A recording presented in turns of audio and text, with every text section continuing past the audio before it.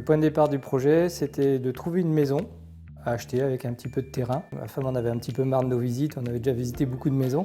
Celle-ci, elle était vraiment le style que je cherchais exactement, c'est le style longère. On voulait vraiment une maison qui sorte un petit peu de l'ordinaire et on voulait garder le style un petit peu ancien. Il nous fallait un grand terrain. Comme on est vraiment passionné par les chiens, on a décidé d'en faire notre métier. Et donc il leur faut un petit peu d'espace pour courir. Et elle avait vraiment tout ça, quoi. Alors l'existence, c'est une ancienne ferme, donc il y avait de la paille un petit peu partout. C'était dans un état assez lamentable. En plus, on se mariait à cette époque-là. Et donc j'avais fait le pari de faire le lendemain du mariage dans la pièce ici. Et donc on avait 3 mois pour tout faire, donc il fallait attaquer.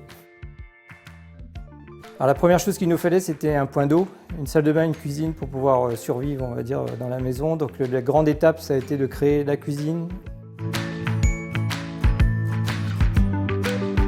Il n'y a pas d'extension, pas de surélévation au niveau des travaux. Par contre, on a tout refait, que ce soit l'isolation, les sols, le plafond, l'électricité, la toiture.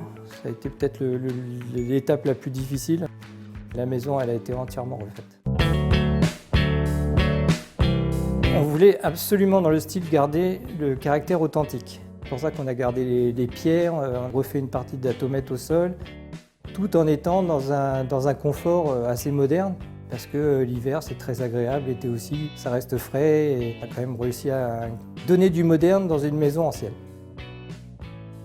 La priorité sur les matériaux, ça a été les pierres, parce que quand on a commencé à casser, on s'est rendu compte qu'il y avait de la pierre qui était assez magnifique au niveau des murs. Le bois aussi, on le voit sur l'extérieur. On a fait une terrasse en bois qui est à l'étage. On a fait en sorte que la charpente reste apparente parce que c'est une magnifique charpente ancienne.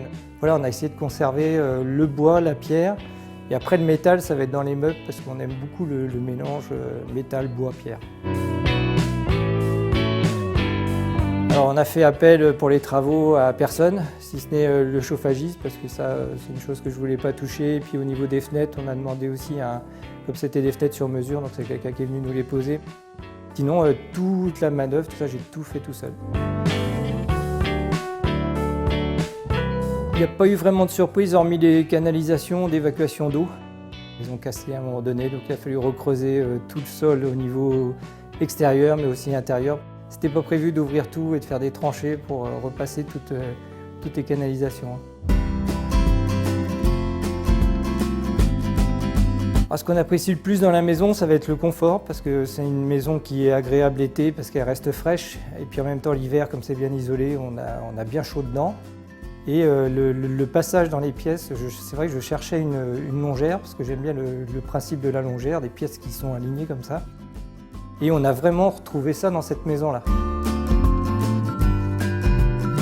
Durant la rénovation, on a trouvé un rébus au-dessus de la porte. Et ce rébus, c'est l'étoile du berger. Et ça nous a donné l'idée de créer les chambres d'hôtes en donnant ce nom-là pour la chambre d'hôte, qui n'était pas prévu au départ.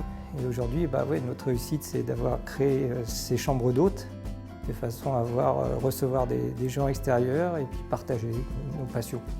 Donc on est super heureux.